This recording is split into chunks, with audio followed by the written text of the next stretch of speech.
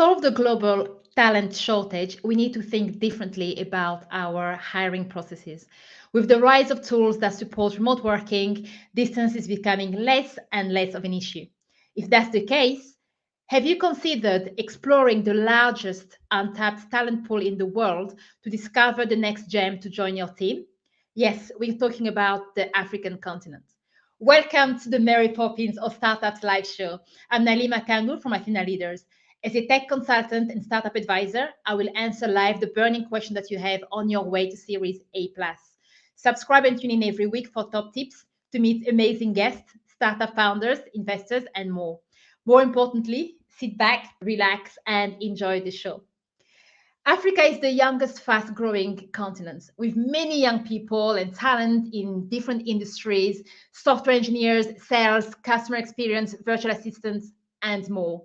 In this episode, we have the pleasure of speaking to a founder that's on a mission to bring 1 million remote jobs to the continent before 2040. Let's welcome to the show Wei Barkan, founder and CEO of Internally. Hey everyone. How Hey are you Nelly. doing today, Wei? I'm doing great. I'm happy to be here. For those who don't know you, because as I did confess to you, I spent a lot of time researching you and finding videos that they did 6 years from now, and I'm sure we're going to talk about that in a bit. But can you tell us a bit about what Internally is? Sure, absolutely. So Internally is a company that's helping, like you mentioned, to bring 1 million remote jobs to the continent by the year 2040. Now, one thing I've found since my experience being here in the continent, which is I've been living here now 3.5 years, is that there's an amazing pool of people who have really great skills and abilities and even experiences. But for whatever reason, they don't have the same access to remote work as people in the West. So their Western counterparts in Europe and North America. And so Internally is our attempt at trying to solve that problem for these people. And so we're a B2B solution where we're connecting with companies to offer outsourced solutions for them. So right now we're starting with customer service and support and virtual assistants. But obviously to get to 1 million, we're going to have to expand to a lot of different verticals, including engineering, design, marketing, sales, etc.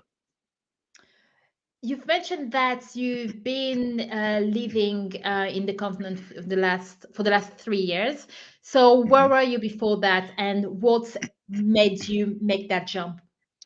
Yeah, so let me go a little bit before that, probably to when you saw my video that you found on YouTube.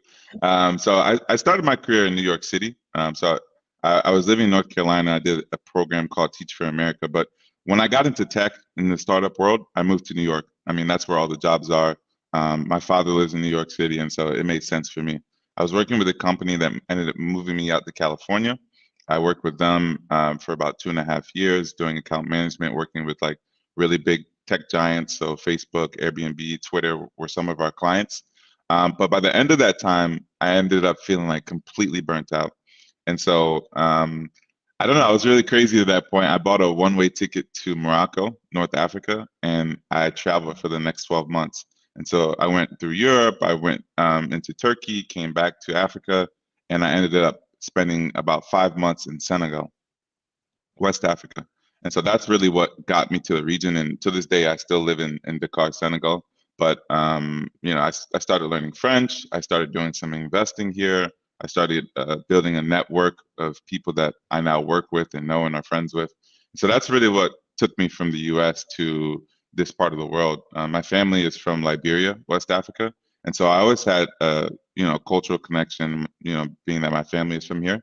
But it actually became real when I left California and kind of just went exploring into the world.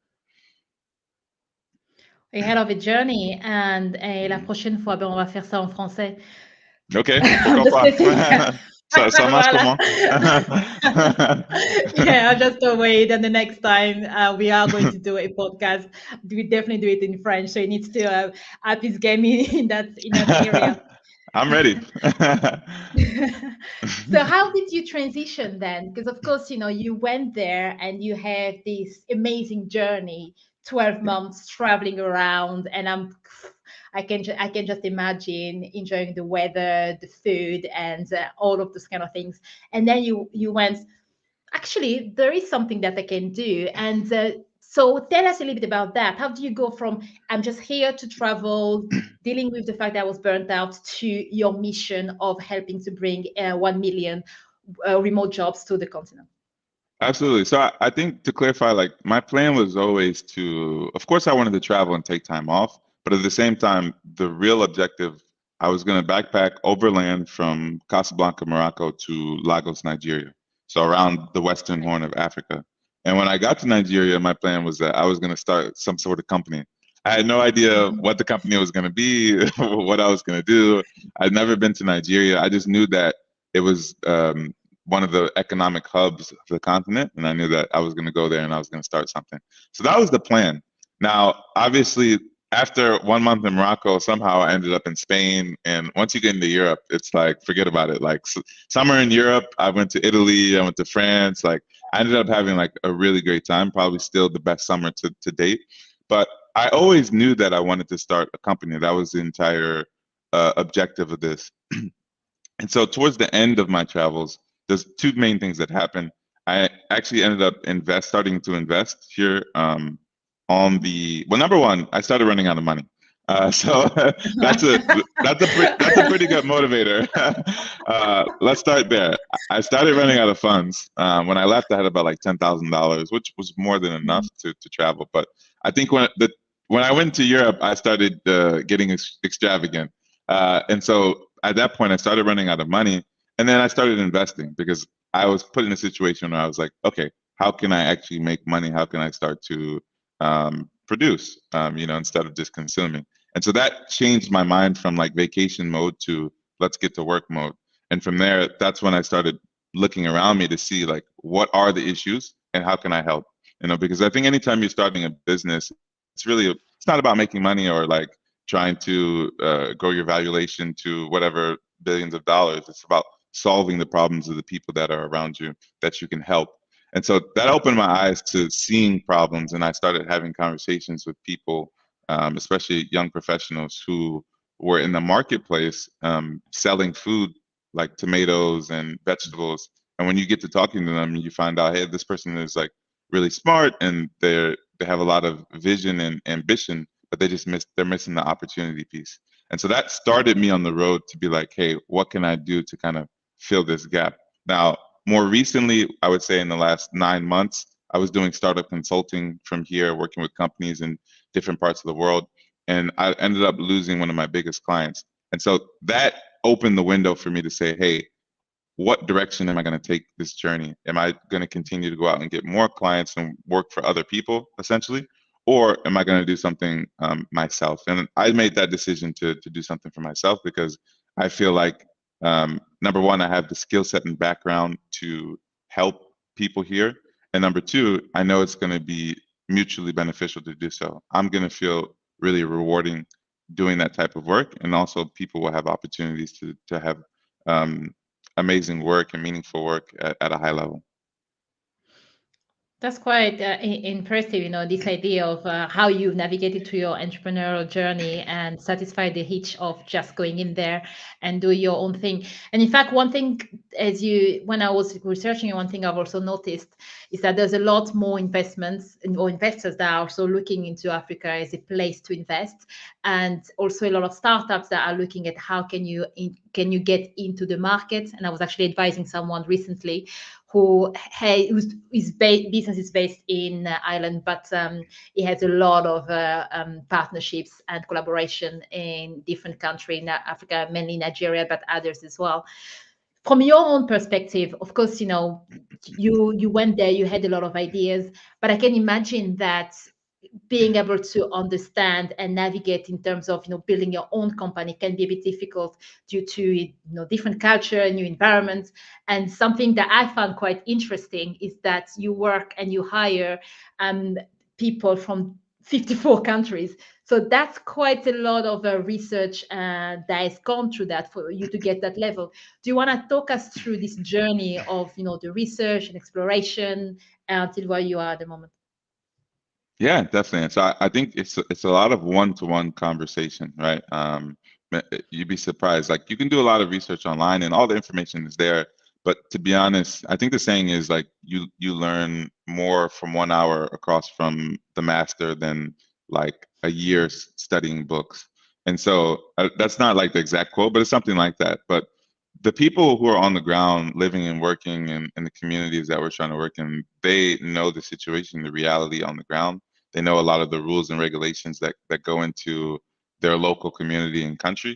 And so I spend a lot of time having conversations with potential prospects of people that we can work with across the continent. There's four main countries though that we're getting a lot of applicants from. Number one being Kenya, Nigeria, Ghana, and then number four is South Africa. And so there's no surprise there. All Anglophone countries, and some of the four biggest, basically, uh, one of the four biggest countries on the continent. And so that gives us a lot of a room to kind of streamline the process, because if we're continuously working with people from these countries, then we get used to the laws and regulations and how everything works. But you're right, there is a huge research element to it. But what's amazing about this time right now in history is that, of course, say what you want about COVID, but there's some good things that came out of it. And there's kind of this spirit of flexibility and freedom. Everyone's talking about remote work, and there's a lot of companies that popped up in the past few years who are there to help facilitate that transition. So, for example, Remotive is one of the companies that is helping companies like ours to be able to hire contractors and full-time employees in different countries around the world, including Africa. And so, if I were doing this 5 years ago, it would be a completely different conversation. But as it stands today, it actually is a lot more streamlined and easier than you would think. I agree. And in fact, even myself, I do spend a lot of time in Spain, even though my business is mainly based in the UK, in Cambridge, and all over the place. And I do work internationally as well. And I believe that for whatever problems that came with the pandemic, this is kind of an opportunity as well that we can definitely tap on that. Yeah, yeah, for sure. It Now, is. It's a rare time for sure. Yeah. And again, for anyone listening, if you have any questions in terms of remote working and especially how can you start hiring in Africa for whatever roles, we have an expert with us here. So don't miss the opportunity to ask the question. And the other thing you didn't know about Wei is that he's a rising TikTok star. And you're probably wondering, why is that important and interesting for me? Well, for anyone who's listened to me talk before, I talk a lot about creating a workplace playground, which is not just about making sure that people have fun through play as a standard or through video games or free food, but it's about creating the culture and atmosphere that at work and the processes to help people to work the best. So one thing we are going to dive into is of how way you work with your teams, especially all the way from onboarding people that are remote to making them part of the team and also linking to them to their customers. But before that, I see, I've seen some of your TikTok videos and they are quite fun. And I see that there's you bringing fun in your own work. So do you want to talk to us a little bit about that, really, going from being a teacher and all the way around the world and now to, the rising TikTok star, among other things? Yeah, I like that. I mean, I think you should always try to bring work should be fun, right? As much as we can make it. Of course, it's work, and there's an element that you're not gonna like. But the more that I progress in my career, I'm finding that the things that I'm really good at are normally the things that I enjoy the most, and the things I don't really like doing for whatever reason, I'm typically not good at them. So there's some sort of correlation there, and so I'm trying to position myself where I'm doing more of the things that I like and love. Going all the way back to teaching, to this day, that was my absolute favorite experience that I've ever had professionally. And I think being in the room, being able to communicate with young people and helping to basically open their eyes and teach them new things is one of the most rewarding things that I've ever done. And I still have, to this day, have not found anything that's at the same level. Now, that being said, I feel a lot of the same thing when I'm doing TikTok, right? So a lot of my content is geared, and a lot of the company really is geared on not just finding the best talent and then placing them with clients, but actually helping our talent to upskill and to develop new skills and to grow as professionals as well, especially on the African continent, because there's a lot of gaps when it comes to the education, internships, and professional work experience, right? That in the West are kind of covered. And so we see that we're feeling a need to not just place people and provide jobs, but also to help upskill and educate the population in a way that the university system is not doing. And so, yeah, TikTok has been fun. I don't know if I would call myself a star. Maybe, yeah, like a rising star. I'm gonna hit 10,000 this week, I think. It's this year I've actually started to take it serious. So I've been posting. I've been posting 2 to 4 times a day, which is really aggressive. But I mean, week over week, I'm getting a thousand followers a week, which I have never done on any other platform. And so I don't know anywhere else on the internet where you can produce content and get 1,000 to 2,000 followers a week. And so that type of reach, it's exciting. Yeah, it's really exciting, and it encourages you to keep going. And I'm not dancing yet or anything like that, but I try to keep it fun for sure. Yes. Well, if you do want to consider dancing, I'll definitely fly to Senegal and we record something. I love dancing. So, I will use that as a professional thing. Okay. Not that I need motivation for that.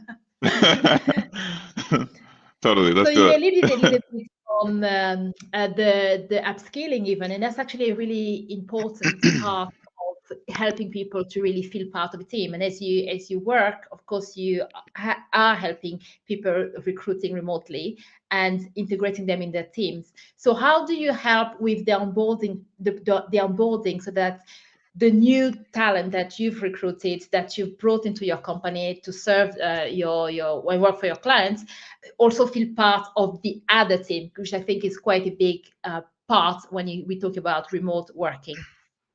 Absolutely. So to be clear, the way that the relationship works is like internally we have the relationship with client. So we contract directly with the client, and the employee or the talent is working for internally. So for us, we don't just say that like figuratively. It's literally like you're an internally team member. And as you mentioned with remote work, a lot of times if you're never meeting people actually in person, you can tend to feel disconnected or kind of isolated in your own silo wherever you are in your part of the world.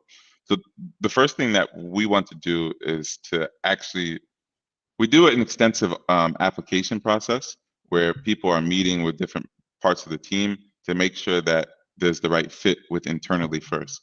Because if that foundation isn't there, we personally won't feel comfortable placing a talent with a client, right? Like, so we want to make sure that we're all on the same page as a team. And the way we do that, yeah, we have an application interview process. But once we're choosing someone and we're saying like, hey, we feel like this is the right fit, we actually, before we place them with any client, they go through a 2-week onboarding with us. So we get them uploaded on all of our tools. We get them started with understanding like how we communicate as a team, what language do we speak when it comes to technology, how do we work asynchronously so that we're not spending so much time in meetings. I mean, I've always worked with early stage startups. Most companies don't do this. It's kind of like, they find you, they throw you in, and they're just check to see if you're sinking or swimming. And it's just the nature of the beast, right? Like you have to, because things are moving so quick. And a lot of times those early stage organizations have no idea what they're doing themselves. But being that I've gone through that, I wanted to be a little different. I wanted to make sure that people have time to actually process what's happening, feel a little bit comfortable in what they're doing before they're then thrown into another new situation with a potential client.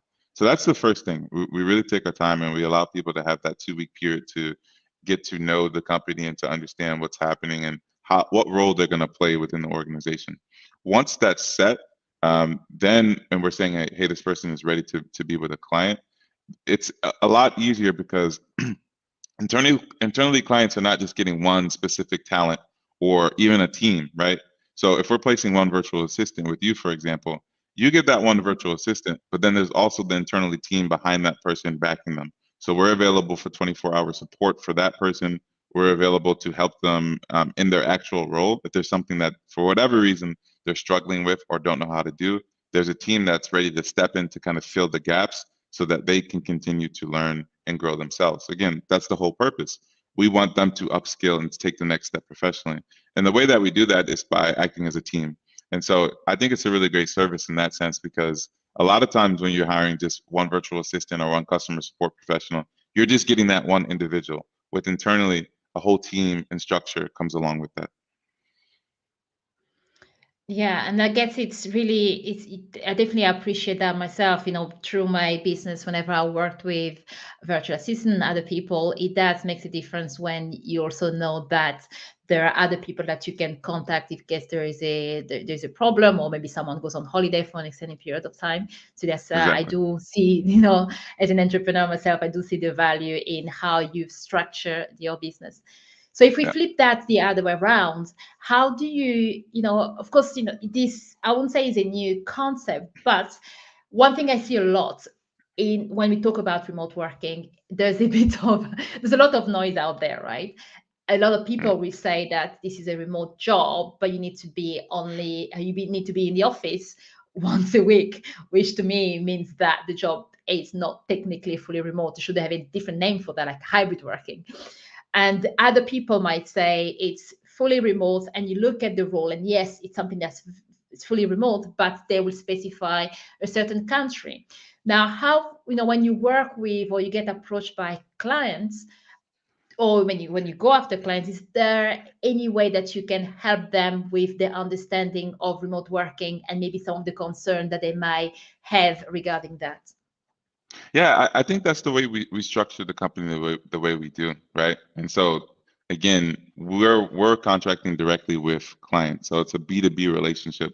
Whereas where I feel like that gap is remote work is still new. And so a lot of companies don't feel as comfortable even domestically in their own countries, right? Like if it's a company in California, for example, it can be a really big deal if someone is in New York. It's like, whoa, like that, it's a different time zone. How are we going to do this, right? But for a lot of companies, that's still like a tough pill to swallow.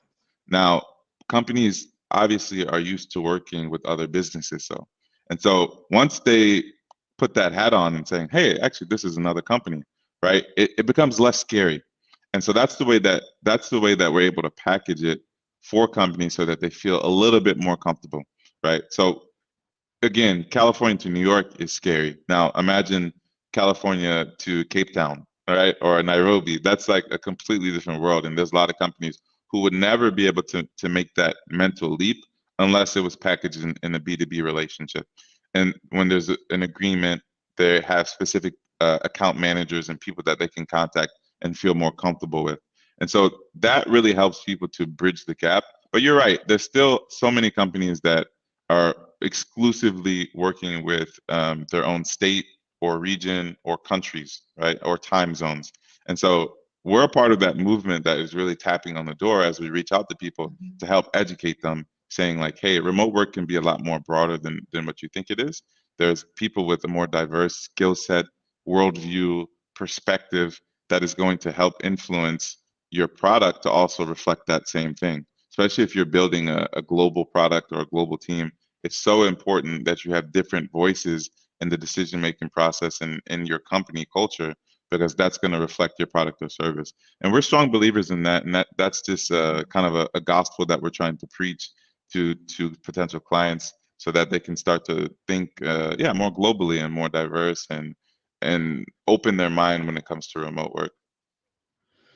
And I'm glad that the transition is has already started, as you said. When you look at the likes of GitLabs, and this is for me is one of the best examples of companies that have gone big. I think thousands of employees all over the world and all remote. So it can be done. And talking about people all over the world, hi to Casper from the Netherlands, and thank you for Casper, joining what's us. up? And he's talking you. Okay, cool. Well, maybe we need to get Casper to come and join our dancing session in Senegal for our TikTok video. Definitely. Get 1 second. I'm gonna turn on a light here. Give me 1 second. All right, Sorry. cool. Um, So whilst you're doing that, the next thing we are going to talk about is about this idea of remote working and how can teams work better remotely. one thing I'm very interesting to find out from Wei is how some of the secrets that he uses when working with his teams to improve, especially this aspect of asynchronous communications. So for those who don't know, asynchronous communication is pretty much just the new terminology to say that you're talking without being not even on a call, because this is still synchronous, but using chat tools and the likes. So for example, Slack and other things. So my Yep. favorite advice whenever I work with teams and try to help them to work better remotely is to make sure that people never send a message that says hi without any context, or hi, I need to speak to you. If we are not on a call together, or we are working different time zones, or even if we are on the same time zone, we are remote. When you send me a message, tell me exactly what you need and how I can help, so that when I'm at my desk or I'm looking at exactly what you want me to work on, I have enough context to give you a full answer, rather than me saying, hi, what do you need from me? And then and wait for you to come back. So this is like a little something short, that something small that I always use, and especially when I do training, I always start with that because it happens so many times. So Yeah. what about you, Wei? What are some of your secrets to help your teams at internally to work well together? Yeah, well, I'm a TikTok star, so I'm really big on video. So Yes. video is very powerful. I mean, you can go back and rewatch it. You can speed it up. You can slow it down. You can share your screen, show visuals. There's so many things that you can do with video that you can't really communicate through text-based asynchronous work. And so we're really leaning into video. Even on our website, if you land on that, you see there's like a pop-up widget that's inviting people to the page. It kind of gives you that TikTok feel. And really, that's the shift that social media is really pulling society in a lot of ways. Of course, it tends to lean younger, social media in general, especially the newer platforms. But we want to be a part of the group that's kind of spearheading the way when it comes to business and using video. And so that really helps you to work faster and across boundaries and time zones is video. So you're able to record a 5-minute high level overview, and instead of doing like a 30-minute meeting, you can kind of cover what you want to say, and then we can get in the comments and talk about that. Also, audio is really important too. So audio messages on Slack, just recording your voice and kind of sharing your thoughts generally. It allows people to like jump into different threads that are relevant to them at any point in time they want. And again, audio, I really like speeding it up. So times one is like pretty slow. Like I'm a 1.5 type person, so I can just kind of listen Yeah. to it while I'm doing something else, and it allows me to kill two birds with one stone. Yes, I'm definitely 1.5 and sometimes even times two kind of person. Nah, two is And in hard. fact, I'm That's telling you, too fast. it's actually quite bad, because sometimes even when I listen to podcasts or comedy podcasts, I go quite fast, and then I'm like, okay, actually, I need to learn to slow down a bit. uh, Yeah. but one thing, I don't know if you've noticed, I don't know about the platforms because I use Slack a lot. And one thing I've seen that's happening now is that Slack is, yeah, I think it's like in your recording, you can record directly video and audio from Slack, and it also gives you subtitles. So Yeah, you kind I've of get seen the that. transcript as well, which I think is fantastic. And I agree with you in terms of the use of audio and video to cut down on the amount of, synchronous calls, to get more clarity, onboarding. My one caveat on that is, please don't send me a podcast. Anything that goes over 10 minutes. Yeah, exactly. Well, and that happens too. Like in those situations, I let people know, like, I'm sorry, I'm not gonna listen to this. Like, just give me some bullet points. Yeah, that's tough. Definitely. And we do have a question from you that come from Ejila from Chester. So I'll read Okay, out the question. Great tech sure. on packaging your offer to emphasize B2B partnership instead of individual resources you have across the world. How do you approach introducing your team of contractors? So, like introducing the team of contractors to the client, I would is assume that so. okay? Yeah. And if So Ejila is still on the call, she can rephrase on the comment and I'll pick that up for you. yeah, sure. So it's a great question. I think it's very much it's a courting relationship, and so like the way that we're really marketing it and the value that I think we bring is that it's not the same process as hiring yourself, because we've done a lot of that work vetting the prospect or the talent beforehand. And so we really want to make the decision as easy as possible. And so we go through a number of different candidates for any one single position. And then we really want to introduce two, ideally two, but maybe three different candidates for any one position to the client. And so video again is huge. Like each person has a pre-recorded video and they're able to kind of see that person on camera before they actually meet them. They're able to see examples of their previous work. They're obviously able to see their CV, their resume, writing samples. And so you basically get a brief that you're able to interact with video, written, some visual examples of what level that they're at. And you can kind of like process and digest that before you actually step into a call with that person. And so it allows you to get some context, have an impression beforehand, and then you're able to step into the call and address whatever questions or issues that you have based on what you'd like to learn more from what you've seen previously.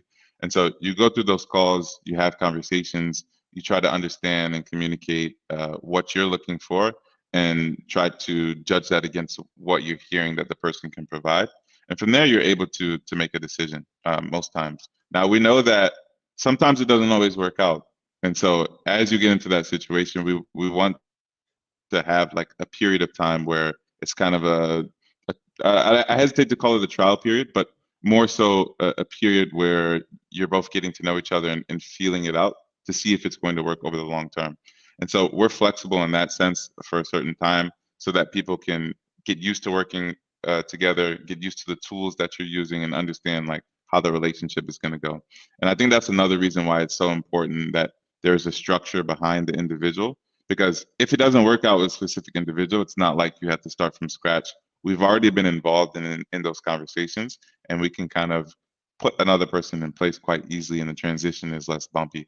And so, yeah, that's our process. We want to make it as smooth as possible. Of course, it takes time, but our goal is to try to streamline the process as much as possible. It's a And great again, question. you're talking to yeah, thanks to you. And you're talking to someone, I work a lot with MVP or startups, and we always talk about the process of MVP launch and tweak as we going along. So Yes. that's fantastic. And on the topic of startups, and just before we go, I wanted to kind of get your thoughts on entrepreneurship in general as a founder of your own business. Of course, Mhm. your mission is to bring 1 million remote jobs in the African continent, and I'm sure that will lead to also kind of really pushing the entrepreneurship. And there's a lot of great startups that are already coming out, and it's being talked about a lot more than it used to be, which is very exciting, especially in my space. So, Yeah. how can you summarize a bit your entrepreneurship journey? Yeah. Well, I'm an early stage guy. I Mhm, think there's, you know, startup, that term can mean a lot of different things, but mhm, I like to think of myself as the very earliest stages. So we're talking pre-seed. My first startup, literally, it was me. The founder was 19. He tried to do like a Mark Zuckerberg. He dropped out of school, and he was me, him, and then there was we had a software engineer he had just graduated from NYU, and we were working out of the founder's his parents' basement in New Jersey. So that was like my first introduction to this world, and we had like no funding. We had to go out and try to raise like a family and friends round. So pitching basically his dad's friends and his parents' friends and the network that we had around us, doing pitch competitions. So I've always been involved at the various earliest stages, and I love that because it's really formational. It's really about trying to figure it out. A lot of trial and error, like you mentioned, like MVP, keeping things very lean. So testing, getting feedback, adjusting, and then testing again. So that cycle I feel very comfortable in. I did some consulting with larger companies. Like I worked with a company, a data science company that had just raised their Series B. They, I think they were at 100 people and they were trying to scale to 150. And I kind of hated it. Like that world. I mean, it was different. I'm glad I had that experience, but that world is just something completely different than kind of what I'm used to and know. And so like I feel very comfortable. Yeah, really from pre-seed to Series A. Um, and that has kind of been my experience, is just getting involved, working with diverse teams, helping to build teams, because I think at that stage of the journey it's really important to find the best people and to put them in place, and just being a generalist, because anytime you're at the earliest stages you have to be general in your skill set. You can't just focus on one thing. Like there's no way we're going to go out and hire an account executive with like 10 to 15 years selling B2B businesses, because that's all that person can do most times. And at this stage, you might need to put on your TikTok hat and get on camera and record something, or you may need to, you may need to do some recruiting, or you may need to jump in and like do some admin work or something with finance. And you have to be a lot more general in your skill set and in your mindset a lot of times. So that's kind of where I come from, and that's like my summary of who I am as a startup entrepreneur. I can really relate to that, and the passion that you have for the early stage and just jumping in there. I started the opposite way, larger companies, software engineer, and even Okay. then, I believe that I used to have an entrepreneur mindset or a startup mindset, I would say, in a large company, where my question was always, how can I help? Why is this not working? Well, I'll do it anyway, or I'll get the team to do it, and I'll work with the team. And that's how I ended up in leadership and eventually going to scale up and start up and mostly starting my business. So yes, it's an That's cool. incredibly, I mean, it's a hell of a journey, but it's also really exciting to see this. And of course, for me, my pleasure will be to see even more and more startups and founders and um, entrepreneur and companies based in Africa that gets a lot of funding. Especially now, we're talking about this huge change, climate tech, sustainability, circular economy, all of that. There's a lot of potential for innovation to go there. So I think in a way it's exciting that I know you are in the continent building the contacts, because I'm sure one day I'll come and tap on you for a lot of collaboration and other exciting things based on what we are currently working on. I'm waiting for it. I'll be waiting for you whenever you're ready, and also I'll be waiting for the TikToks too. So anytime we That's a can promise. jump out. That is a Okay. promise. Okay. Cool. And talking about the world of startups, we run sessions every month. Check our website, where we do help startups, especially whether they are early stage or growing. We focus mostly on tech and product issues. So if you wanted to come and join a panel, could get some mentorings with tech experts, do drop by, and we'll be more than happy to see how we can help you on the way. And of course, we are building the program as you go along. The people who jump early get even more benefits out of us as we grow, and we definitely love to speak to startups wherever you are in the world. We do believe in remote working, so that's always a positive. Now, we cannot end this show without asking you this very, very important question, because you're an expert in terms of living the life living your life the way you want, and in terms of remote working and hiring and kind of your mission as well. What advice would you give to people out there that are looking for a remote role? They might maybe not feel confident, maybe it's their first time. What kind of skill and experience do they need to have if they wanted to approach internally? Yeah. So I think we got to understand that there's, again, we're very early in the trajectory of remote work. COVID accelerated that, but so much has kind of reverted back to the status quo since COVID-19 is no longer a thing. And so there are a lot more people looking for remote work than there are remote jobs. I mean, the data is out there. There's a lot more. And so it's already competitive when you're competing for high level jobs in general, but remote roles are especially coveted. And so you have everyone applying and doing everything they can to get a limited number of positions. And whenever that's the case, more than usual, you need to do something that's going to help distinguish yourself and to help you stand out from the crowd. And so you can't just click quick apply on LinkedIn and cross your fingers and hope that someone's going to get back to you. That you're going to get passed up. And even if you have the experience and you're qualified, I guarantee you there's someone else who's taking an extra step to help distinguish themselves. And so my advice and recommendation is always to go the extra mile to make sure that you're doing that. And so that looks like things like, again, I'm repeating myself, but video, because these are the things that are effective in remote environments. And so if you can demonstrate that you're already proficient in those skills and those tactics as an applicant, you have a higher chance in the interviewer's mind of being a success in that company. And so I'm a big fan of like video resumes, direct outreach. So there's a sales element to this where you're reaching out cold to people, you're networking, you're nurturing and developing relationships. So being active on LinkedIn, DMing people, emailing people, these are all things that I think really can help push you forward as a candidate. And the strongest thing I think is definitely relationships. If you're able to be introduced to a decision maker as a good fit for a certain position based on the relationship you have with someone, then that is a way stronger than you just applying, right? And on the extreme end of this is content creation. And so I'm really big on this and creating a personal brand. I've been posting so much on LinkedIn. The more that you can start to speak about your own experience, the more that opportunities will start to come to you. And it doesn't have to be that you're an expert just yet, or you may feel like, hey, I don't have that much experience. I don't have, just tell your story, right? It's just about telling where you are in your journey. And you'd be surprised how many people will reach out who will try to help you or who actually have an opportunity for you.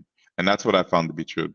So if you're watching this, I would just encourage you to start posting, start talking about your journey and your experience, where you are today, and then also where you see yourself. I think you'd be surprised at the results. I love this. This is incredible advice. And I would even say that this is an advice that, even if you're not looking for a remote job per se, but you are a startup or a future founder, wannabe founder, entrepreneur, the same advice apply to you. And in fact, even the concept of building the personal brand, I've talked about that a few times on my podcast and online, but it's so powerful. And a lot of people don't appreciate because they see that as it takes time and you don't see results. People might not like your LinkedIn comments or might not, watch your video when you post it, or you don't get a lot of views. But as long as you don't focus on that and you aim for the goal, which is just to put yourself out there, it does pay off. I got my first one of my few gigs, public speaking gigs last year at a conference in South Summit, a startup conference in Madrid, where I was MC for a couple of days. And I Okay. actually got that because they look at my podcast and everything that I put online and says, "Oh, we love what you do. Do you want to come and join us?" And they even booked me for this year as well, which is brilliant. Ah, So yes, I mean, what you've said on personal brand, that was really on point. it's so true. Yeah. Like, I mean, I even that's how I found my co-founder. He saw a post, someone liked the post and then it popped up on his timeline and then he DM'd me and he's like, I'm in the car. Let's get coffee. And I was like, okay, let's go. And I just took the opportunity and now we're co-founders. It's that's how things work. Wow. It's the world Wow. that's it's changed. That's how things work now. Yep, brilliant. It was a pleasure speaking to you, Wei. And yeah, definitely, as I said, watch this space. You will definitely see us dancing on TikTok, and I have to go and visit Senegal and have a coffee with you. For those who want to find out more about you and they can't, of course, wait for us to dance together, how do they find you on social media?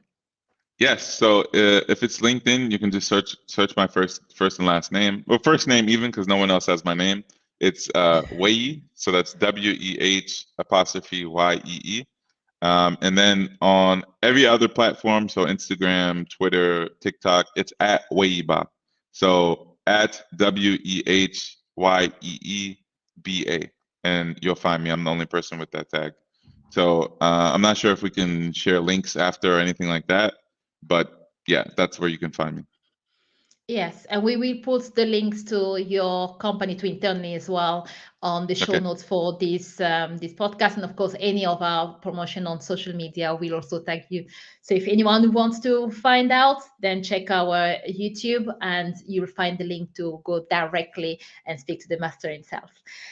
And again, in the meantime, thank you all for watching. As I said before, we are doing monthly sessions, monthly free mentoring sessions with tech experts to help startups with their tech and product nightmares, whether it's growing a team, growing a product team, how to hire next, outsourcing your development, all of that exciting stuff, even all the way down to MVP and the likes.